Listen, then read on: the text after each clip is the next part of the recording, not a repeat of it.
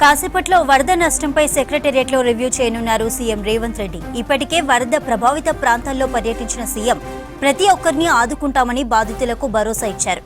5,000 కోట్లు నష్టం జరిగినట్లు ప్రాథమిక అంచనా వేశారు అధికారులు. 2,000 కోట్లు సహాయం చేయాలని కేంద్రాన్ని కోరారు సీఎం రేవంత్ రెడ్డి.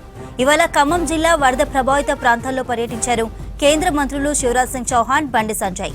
ఖమ్మం నుంచి రాగానే సచివాలయంలో జరిగిన సమీక్షలో పాల్గొన్నారు కేంద్ర మంత్రులు. సీఎం సమీక్షకు సంబంధించిన మరిన్ని వివరాలు యాదగిరి లైవ్ ద్వారా అందిస్తారు. యాదగిరి,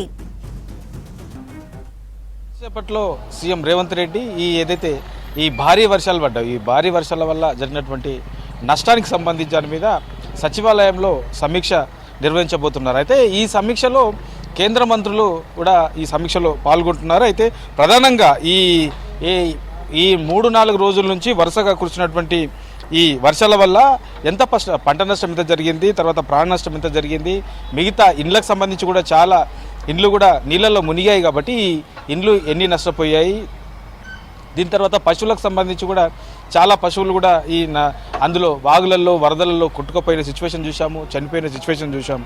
సో వీటన్నిటికి సంబంధించి కూడా ఎంత ఓవరాల్గా ఏదేది ఎంత నష్టం జరిగింది అనే దాని మీద సమీక్ష చేయబోతున్నారు. ఈ సమీక్షలో సచివాలయంలో ఇవాళ జరిగే ఈ సమీక్షలో కేంద్ర మంత్రులు శివరాజ్ సింగ్ చౌహాన్తో పాటు బండి సంజయ్ కూడా పాల్గొనే అవకాశం ఉన్నది. తర్వాత పలువురు రాష్ట్ర మంత్రులు, తర్వాత కొంతమంది అధికారులు కూడా, కొన్ని శాఖలకు సంబంధించినటువంటి అధికారులు కూడా ఈ సమీక్షలో పాల్గొంటారు. ఈ సమీక్షలో ప్రధానంగా అసలు ఎంత నష్టం, ఓవరాల్గా రాష్ట్ర వ్యాప్తంగా ఉన్నటువంటి నష్టం ఎంత జరిగింది, ఇప్పటివరకు అంచనా వేసింది ఎంత. ఇప్పటికే సీఎం రేవంత్ రెడ్డి 2 రోజుల పాటు ఏదైతే ఈ 3 జిల్లాలో ఎక్కువగా ఈ వర్షంకి సంబంధించినటువంటి నష్టం అనేది ఎక్కువగా జరిగింది. సో ఖమ్మము, సూర్యాపేట, మహబూబాద్ ఈ 3 జిల్లాల్లో కూడా సీఎం రేవంత్ రెడ్డి 2 రోజుల పాటు పర్యటించి అక్కడ ఉన్నటువంటి సిచ్యువేషన్ కూడా చూశారు. అక్కడే సపరేట్గా మీడియా సమావేశం పెట్టి 5,000 కోట్ల నష్టం జరిగినట్లు ప్రాథమిక అంచనా కూడా వేశారు. అయితే దీనికి సంబంధించి వీళ్ళని తొందరలోనే 2,000 కోట్లకు సంబంధించి కేంద్ర ప్రభుత్వం కూడా సహకారం అందించాలని చెప్పేసి సీఎం రేవంత్ రెడ్డి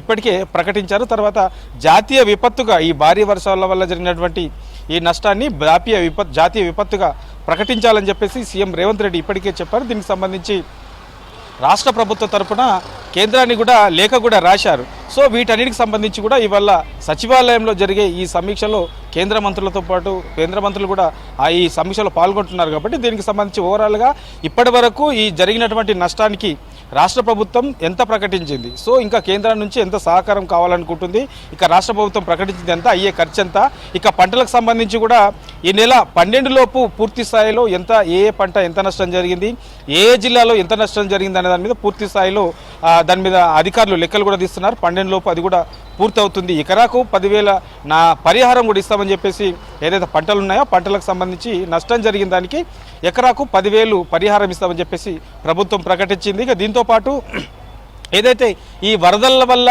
జరిగినటువంటి నష్టానికి సంబంధించి ఉన్నటువంటి బాధిత కుటుంబాలకు అప్పటికప్పుడు వాళ్ళను ఆర్థికంగా ఆదుకునేందుకు 10,000 ఆర్థిక సాయం కూడా చేస్తామని, ఇట్లా అన్ని రకాలుగా. తర్వాత ఏదో ప్రాణ నష్టం జరిగిన వాళ్ళకు 5 లక్షలు వాళ్ళ కుటుంబాలకు ఇస్తామని, ఇట్లా ఓవరాల్గా ఇప్పటి వరకు ప్రభుత్వం ప్రకటించినటువంటి ఆర్థిక సాయం, తర్వాత కేంద్రం నుంచి రావాల్సినటువంటి ఆర్థిక సాయం, ఇట్లా ఓవరాల్గా వీటన్నిటి మీద చర్చించి దీని మీద ఒక నిర్ణయం తీసుకునే అవకాశం అయితే ఉంటుంది.